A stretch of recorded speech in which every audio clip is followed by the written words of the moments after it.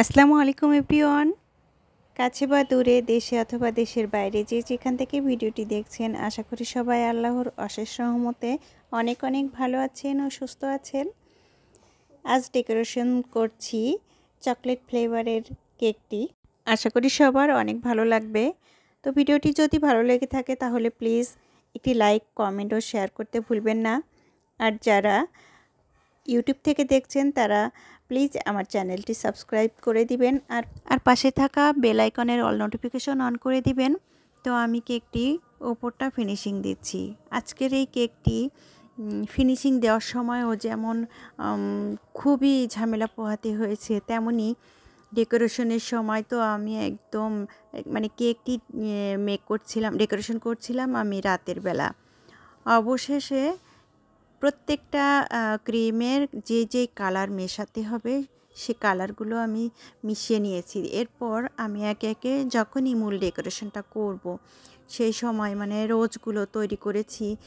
আর অমনি দেখছি সেই সময় আর কি ক্রিমটা গলে আমি কেক পর্যন্ত আর পৌঁছাতে পারছি না।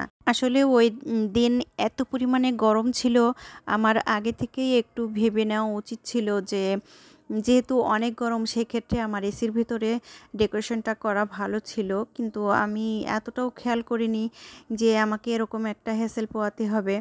আসলে গরম তো পড়েই, কিন্তু ডেকোরেশনও করি, কখনো এরকম ঝামেলায় পড়তে হয়নি। এজন্য হঠাৎ করে যে এরকম সমস্যা হবে তো এটা আসলে আমি একদমই ভাবতেও পারিনি যে এমনটা পরিস্থিতিতে পড়ব।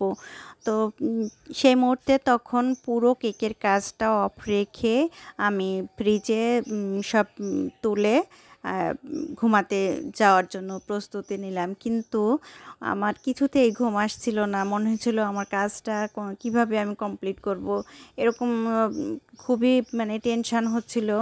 তারপরে অবশেষে ভোরের দিকে উঠে আমি ক্রিমটা পুরাই বাতিল করে এই যে মাস্টার্ড কালারের যেই ক্রিমটা রয়েছে এই কালারটা আমি নতুন করে আবার তৈরি করলাম, মানে কালার মিশিয়ে তো আমি রোজগুলো তৈরি করে নিয়েছি। এরপর এই চকলেট কালারের যে ক্রিমটা এটা আমি একটা গোলাপ তৈরি করার পর আরেকটা গোলাপ যখনই রেডি করতে গেছি তখন আবারও আমার একই রকম পরিস্থিতি ফেস করতে হলো। তো আমি আবারও সেই ক্রিম বাতিল করে নতুন করে আবার ক্রিম তৈরি করে এই গোলাপটি রেডি করে নিয়েছি।